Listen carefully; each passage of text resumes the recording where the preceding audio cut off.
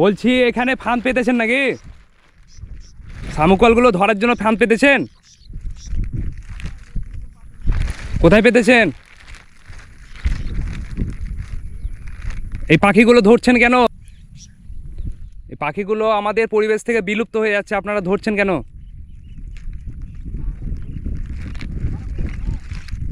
জানি না কোথাকার, ওদেরকে নিষেধ করলাম আমি। বলছিল যে এখানে দাদা চলে যান, এখান থেকে আমরা পাখি ধরছি। ওদেরকে নিষেধ করলাম আমি।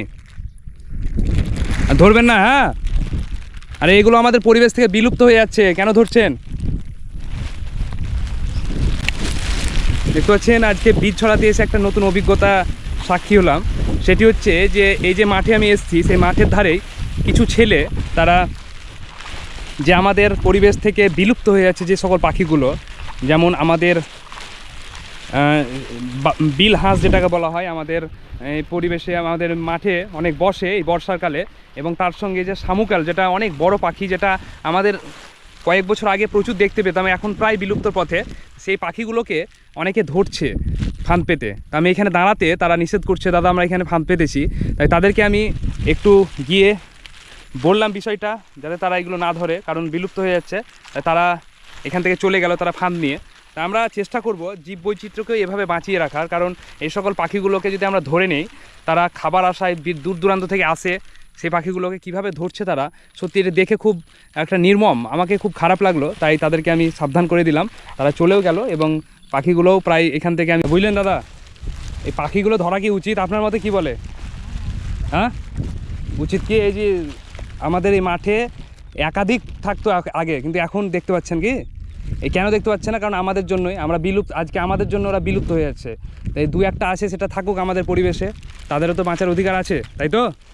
একটু চেষ্টা করবেন, যদি কেউ এরকমভাবে ধরে তো একটু নিষেধ করবেন, ঠিক আছে? আপনারাও ধরবেন না, এবং কাউকে ধরলে পরে একটু প্রতিবাদ করবেন। এগুলো খেয়ে কি হবে? খাবার জন্য তো অনেক কিছু আছে বাড়িতে।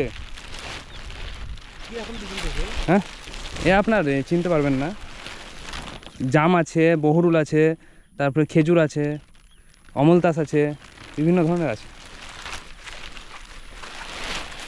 ঠিক আছে দাদা, আপনাকে একটা রিকোয়েস্ট, হ্যাঁ, এই মাঠে যদি কেউ ধরে, আপনি একটু অনুরোধ করেন, প্রতিবাদ করবেন যে এগুলো ধরা উচিত নয়, এগুলো ধরলে আমাদের পরিবেশের ক্ষতি। কারণ আমাদের জানেন তো, এই জীববৈচিত্র্য বাঁচিয়ে না রাখলে আমরাও বাঁচতে পারবো না। এটা আপনাদের জানার উচিত, হ্যাঁ, সকলকে জানিয়ে দেবেন যে এগুলো ধরবে না, এগুলো ক্ষতি হয় আমাদের।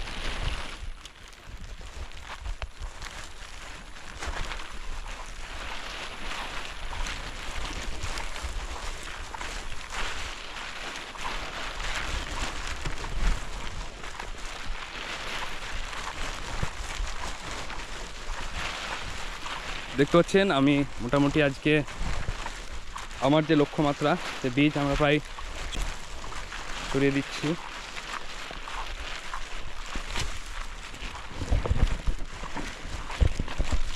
তা আমাদের পরিবেশ রক্ষার সঙ্গে সঙ্গে আমাদের জীববৈচিত্র্য বাঁচিয়ে রাখা আমাদের অত্যন্ত গুরুত্বপূর্ণ একটি বিষয়। তাই আমরা যেখানেই দেখব এভাবে ফাঁদ পেতে হোক, কিংবা